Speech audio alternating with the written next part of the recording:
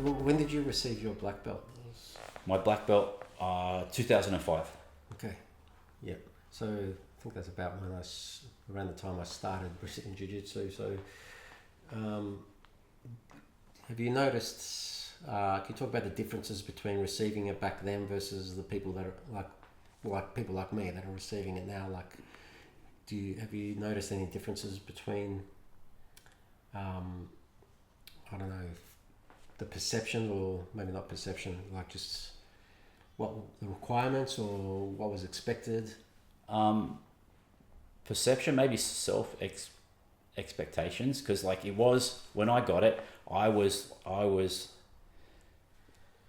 there was that Jordan teaches jiu-jitsu. He's like another podcast guy. So he did the thing about there was kind of like back in the day there was like all badass black belts, and now it's kind of hit and miss.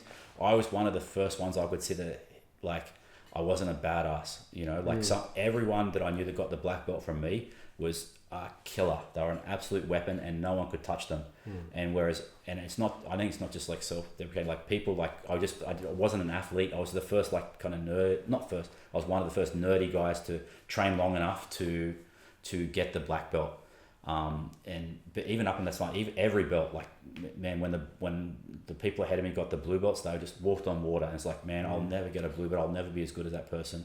And then you get the blue belt, and it was considered like you would never tap to a lower belt. You know, you'd only tap unless your arm was like you're going to be sore tomorrow. Because like if it was like the perception and the culture was if you lose, you're a loser, and that was very counterproductive. So then I would start to avoid training sessions, miss rolls, not come to certain classes just because I would lose, and that's the worst thing I can do. Like that is the time to lose with your friends.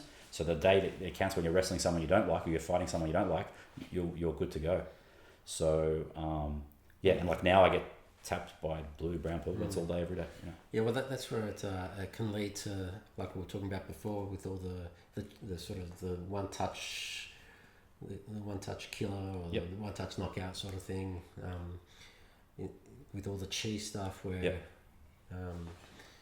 I've come to that fork in the road many times, like where, because I started, and again, I'm not a badass, I'm like, I'm the least natural athlete there is, but I started, I'm a brown belt, and I have a room full of white belts, and I can beat everyone just because you should. Then all of a sudden, the guys are getting better, and I come to a fork in the road every now and my students are giving me a hard time. And now I'm not beating everyone in the academy. What do I do? And I've got to do a gut check. What do I do? Do I stop rolling and just start coaching? And now later on, okay, some of the color belts are catching me. I'm a black belt and color belts are catching me. What do I do? Do I stop rolling? And now, like half the room is better than me. What do I do? And my answer is like, if there's a bump in the night and I need to defend myself, I'm going to be better prepared to do that if I've been even beat up by a bunch of purple belts. That Luke is going to be better prepared than the Luke that just coaches. You know, going through the fire rather than Again, Angela made that help me too, because Angela, she would like, and I would ask. There's a funny story. Can I tell a story? So there's a guy at my academy, Keone. Anyone who's met Keone, he's a very special grappler. Just amazing. Super works hard there 7 days a week, but he also has a brain for jiu-jitsu and physically, like he's an athlete too. And he started tapping when I was a black belt. He was a blue belt, and I would come home and Angela would say, "Luke, you're a black belt, you can't let this guy tap you." And I'm like, I promise I'm trying. And then it might have even been that visit. No, it would have been maybe one of the first visits Master Pedro came. I was like, "Master Pedro, I'm going to wrestle this guy. I want you to watch me and tell me what he's doing right or what I'm doing wrong." Okay, I didn't say anything to Keone. Like, Keone, we just wrestle like normally. He caught me a few times, choked me, arm locked me. And then we got in the car, I was driving to lunch with Master Pedro. I was like, "Master Pedro, so what is it?" And he looked at me and goes, "Some guys are just better."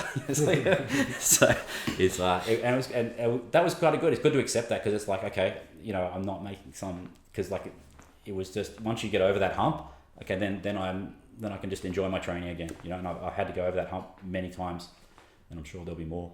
You know, it was all the way up to, like, again, I don't want to compare myself, but Grandmaster earlier, you know, the stories, like in the end, he would spar from the bottom of the mountain, right? So we'll all be there one day, hopefully, you know. So well, like Master Pedro, like we'll talk about before, it's like you were probably asking him a question, you know, what's the magic technique that I can do? Like, what sequence, what this and that, like what 15 move kind of technique do I need to beat him? He's like, Then he'll just come up with a simple answer. It's like, oh, okay.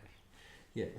and it just makes so much sense, and it's sort of, and like you could just say something so simple yet so precise that can sort of put you on a different path, and it's like, so it's very useful.